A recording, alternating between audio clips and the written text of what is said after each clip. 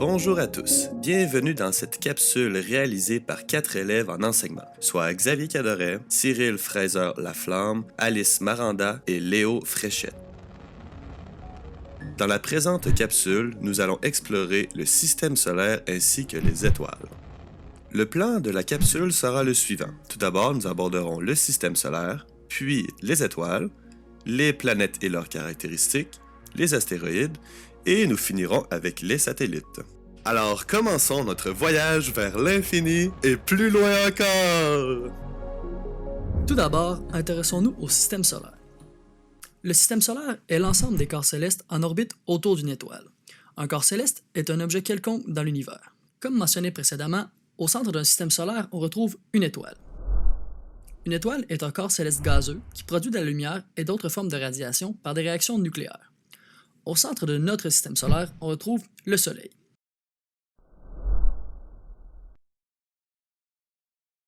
Le Soleil est composé d'hélium et d'hydrogène. La température à son centre atteint environ 15,6 millions de degrés Celsius. Le Soleil émet de l'énergie par l'entremise de milliers de réactions nucléaires chaque seconde, des réactions nucléaires de l'envergure d'une bombe atomique. Ce dernier transmet de la chaleur, de la lumière, mais aussi des rayons UV. Dans un système solaire, on retrouve des planètes. Les planètes sont des corps célestes sphériques en orbite autour d'une étoile et ne produisant pas de lumière. Il y a deux principaux types de planètes, les planètes telluriques et les planètes gazeuses.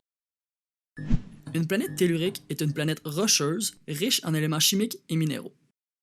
Tandis qu'une planète gazeuse est une grosse planète composée d'hydrogène et d'hélium et d'autres gaz.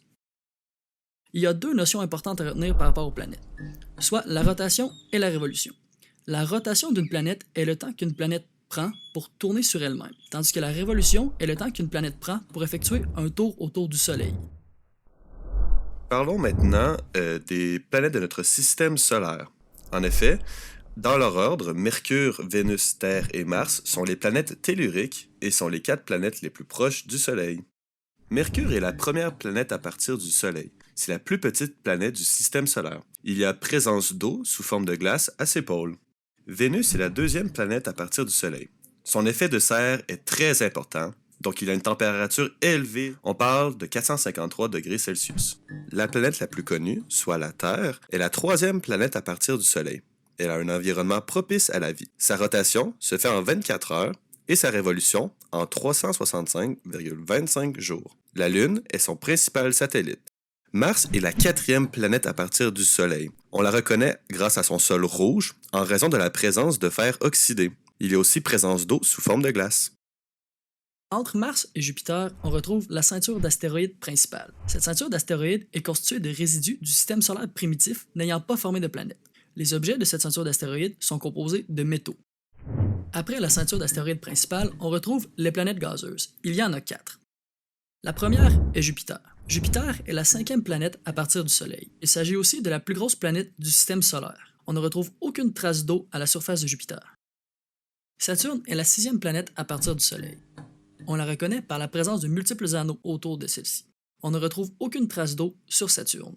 Uranus est la 7e planète à partir du Soleil. Elle est également surnommée géante de glace à cause de sa composition qui varie par rapport à celle des planètes gazeuses habituelles. On y retrouve des éléments de masse intermédiaire tels que le carbone, l'azote et le silicium. Fait intéressant, Uranus est la première planète à avoir été vue au télescope. Neptune est la 8e et dernière planète du système solaire. Neptune est aussi surnommée géante de glace pour les mêmes raisons qu'Uranus. Après les 8 planètes de notre système solaire, on retrouve une seconde ceinture d'astéroïdes. Celle-ci se nomme la ceinture de Kuiper. La ceinture de Kuiper est plus massive que la ceinture d'astéroïdes principale, et les objets qui la composent sont faits de composés volatiles gelés. À titre d'information supplémentaire, Pluton, anciennement considéré comme une planète, fait partie de la ceinture de Kuiper et est le plus gros corps céleste de la ceinture de Kuiper. Outre les planètes et le Soleil, le système solaire contient d'autres corps célestes, notamment les astéroïdes, qui sont des corps célestes de plus petite taille en orbite autour du Soleil. On retrouve également les satellites. Les satellites peuvent être naturels ou artificiels. Un satellite naturel est un corps céleste qui gravite sur une orbite autour d'une planète, tandis qu'un satellite artificiel est un satellite fait par l'homme qui gravite également autour d'une planète. En terminant, il y a certains éléments que nous aimerions vous rappeler. L'étoile au centre de notre système solaire est le Soleil. Il y a 8 planètes, dont 4 planètes telluriques et 4 planètes gazeuses. 2 ceintures d'astéroïdes, la ceinture principale d'astéroïdes et la ceinture de Kuiper. Il y a un certain satellite que nous aimerions que vous rappelez, soit la Lune. Rappelons-nous que la Lune est un satellite naturel qui gravite autour de la Terre. Finalement, nous vous donnons un petit truc mnémotechnique, soit la fameuse phrase « Mon vieux, tu m'as jeté sur un nuage ». Dans cette phrase, la première lettre de chaque mot correspond à la première lettre du nom d'une planète dans l'ordre à partir du Soleil.